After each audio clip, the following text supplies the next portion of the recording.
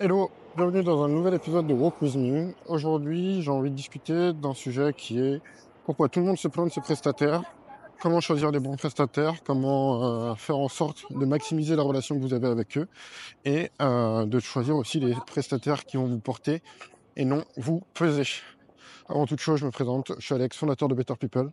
On accompagne les entreprises dans leur stratégie au quotidien, que ce soit sur des volets de formation, sur des volets de recommandations stratégiques et de conseils, ou encore sur des volets d'implémentation technique. Donc aujourd'hui, je voulais vous parler de comment on gère sa relation avec ses prestataires, comment on choisit les bons prestataires, comment on se sépare de certains prestataires et comment on fait en sorte de bien investir son argent quand on a besoin d'aide, que ce soit sous forme d'agence ou que ce soit sous forme de freelance. Un des premiers trucs sur lesquels je pense que c'est intéressant de discuter, c'est de savoir quand est-ce qu'on a besoin, de freelance ou de prestataire. Alors, souvent, quand on va se retrouver avec un peu d'argent en banque et qu'on veut monter un projet et qu'on n'a pas les compétences, on va faire appel soit à une agence, soit à des freelances. Ce qui est intéressant avec les agences, c'est qu'on va avoir souvent un suivi qui est beaucoup plus 360. On va avoir plusieurs compétences, on va avoir beaucoup plus d'expertise, d'expérience. Et si jamais la personne qui est en charge de notre problème ne peut plus travailler parce que absence, maladie, vacances, whatever, on va pouvoir avoir quelqu'un qui va prendre le relais. On a une structure en face de nous et c'est en discutant avec cette structure qu'on va être sûr que notre problème est résolu. Là où avec un freelance, on va plus avoir ces frais de structure, donc pour payer le commercial, pour payer les fonctions support qu'on aurait avec une agence, donc ça va coûter souvent moins cher. On va avoir plus de dynamisme, de réactivité, une relation de confiance aussi avec beaucoup plus de proximité. Par contre, si notre freelance a un imprévu, eh ben, on n'a personne pour reprendre la barque facilement. On peut avoir son réseau aussi sur la multicompétence, mais on traite quand même relativement avec un individuel. Donc ça, c'est les deux sujets sur lesquels il faut être au clair. Une fois qu'on a dit ça, avec qui on peut travailler, vers qui on doit se tourner. Sur les prestataires, ce qui est important de regarder, c'est au-delà de la promesse qu'ils vont faire, ça va être qu'est-ce qu'ils disent pour vous rassurer, comment se fait la relation, parce que quelqu'un qui est pas cher, mais la relation commence mal, bah, c'est pas au moment où il va y avoir des crispations autour de l'argent ou autour de certaines tâches qui sont pas prévues dans le projet que la relation va s'améliorer. Donc, il faut réussir à travailler avec des prestataires avec lesquels vous vous entendez bien, qui sont efficaces, qui vous font pas perdre votre temps, vos prestataires, et quand vous déléguez, ça doit être une source de croissance pour votre business. Ils doivent mieux maîtriser les sujets que vous. Si jamais vos prestataires ne maîtrisent pas mieux vos sujets que vous, euh, prenez des employés. Les employés, ils vont, ou même des stagiaires ou des alternants, ça va être des personnes que vous allez devoir manager, que vous allez aider à monter en compétences et qui vont vous coûter moins cher que ces prestataires. Vos prestataires, ils sont là pour vous porter, ils sont là pour venir avec une expertise et vous amener à une étape plus loin dans votre business. Donc, il faut regarder un peu leur expertise, il faut regarder ce qu'ils peuvent vous apporter, comment ça va structurer, comment ça va se faire la relation, et comment faire en sorte qu'il ne soit pas une charge mentale pour vous. Ensuite, il faut réussir, dès les parties avant-vente, à demander au prestataire d'avancer des preuves sur sa capacité de livraison, sur sa pédagogie. Vous pouvez aussi être très clair avec le prestataire sur ce qui est important pour vous, ce qui n'est pas important pour vous, ce qui fait que vous allez avoir une bonne relation et ce qui fait que vous allez avoir une mauvaise relation. Si vous avez à caler ces aspects-là, bah, ça permettra aussi de mettre le prestataire dans un contexte où, s'il fait une mauvaise prestation, mais qu'il connaissait les termes du deal à l'avance, eh ben, vous pourrez vous séparer de ce prestataire aussi plus facilement. Donc ça, c'est un sujet qui est assez important de bien travailler son avant-vente. Ensuite, il va falloir travailler sur ces délais de paiement. Si vous voulez travailler avec des prestataires et vous voulez instaurer un climat de confiance, payez vos prestataires en temps et en heure, payez rapidement, et en fait vous allez créer un climat de confiance sur quelque chose qui tend la plupart du temps les gens, qui est l'argent. Et si vous arrivez à créer ce climat de confiance efficacement, vous aurez des prestataires qui seront contents de travailler avec vous. Pas être un client chiant.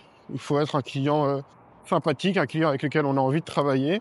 Et en fait, si on a envie de travailler avec le client, à ce moment-là, on va avoir envie de l'aider. Et même si parfois ça peut bloquer sur X ou Y raison, ou qu'il faut faire des adaptations ou comment ça s'appelle, une exception, on aura plus envie de la faire parce que on est avec des clients avec lesquels on se sent bien et qu'on veut améliorer, on veut conserver cette relation. Ensuite, la question du début, c'était pourquoi tout le monde se plaint de ses prestataires. C'est parce que la plupart du temps, quand ça se passe mal avec un prestataire, on ne réagit pas tout de suite. On part du principe que le prestataire est le professionnel et doit faire les efforts pour que ça se passe bien. Mais si jamais votre prestataire ne fait pas ces efforts-là, il faut pouvoir lui dire rapidement. Plus vous allez pouvoir vous plaindre rapidement auprès d'un prestataire, moi ça m'est arrivé récemment que la promesse soit pas à la hauteur de la livraison de la part du prestataire. Il faut pouvoir se plaindre rapidement. Il faut pouvoir expliquer les conséquences de l'absence de professionnalisme du prestataire. Donc souvent, si vous payez en plusieurs fois, c'est ok, comment je peux résilier mon abonnement parce que là c'est pas possible. Et de regarder comment le prestataire s'adapte et essaye de réparer ses erreurs. Si vous attendez de remplir le vase et vous partez quand la goutte d'eau fait déborder le vase, vous allez perdre votre temps, vous allez avoir de la charge mentale et en plus vous allez être dans de mauvaises conditions pour avancer parce que ça va être un dialogue de sourds sur comment chacun maximise le cash qu'il retient. Alors que si, dès que vous avez un petit truc, un petit problème, un petit hic, vous faites le remarque et vous recadrez la relation pour qu'elle soit la plus agréable pour vous, parce que n'oubliez pas quand même que c'est vous qui payez, vous êtes le client et le client est roi. À ce moment-là, ça va permettre au prestataire de rectifier le tir. Deux chances. Soit il rectifie le tir et à ce moment-là, la relation se passe bien. Et en fait, vous avez économisé de l'argent, du temps et de la charge mentale parce que vous avez corrigé juste avant que le train déraille. Soit ça catalyse le problème dans la relation et à ce moment-là, vous aurez gagné du temps et vous pourrez vous fuir et casser votre relation avec le prestataire le plus rapidement possible. Il y a un arbitrage aussi qui est assez important, c'est de savoir dans une mauvaise relation avec un prestataire ce que vous avez à y gagner, ce que vous avez à y perdre. Si vous avez un prestataire qui est cher et que vous n'avez pas d'autre choix que de partir avec lui, par exemple vous avez un prestataire pour des travaux, une fois que le chantier est en cours et que vous avez mis un apport que vous ne serez pas capable de remettre, ça va être très compliqué de partir. À ce moment-là, il faut entamer une phase de négociation. Soit, justement, vous avez pas tout payé et du coup, vous pouvez faire pression sur le prix pour couper au plus vite la relation et faire en sorte que le prestataire soit finisse les tâches, soit vous payez le complément sur les tâches que le prestataire a fait. Comme ça, il n'y a pas de problème, pas de procès, etc. Et vous arrêtez le contrat et vous passez à autre chose. Donc c'est aussi important sur vos phases d'avant-vente d'échelonner le paiement en plusieurs fois pour pouvoir avoir cette pression côté prestataire ou freelance. Et du coup avoir cette négociation. Soit cette façon d'ajuster et de couper la relation. Soit vous êtes obligé de négocier et en fait, ce qui se passe dans une négociation, en tout cas le prisme dans lequel j'aime bien voir les choses, c'est que c'est un rapport de force. Ce qui va se passer, c'est que celui qui a le plus à perdre doit faire le plus d'efforts.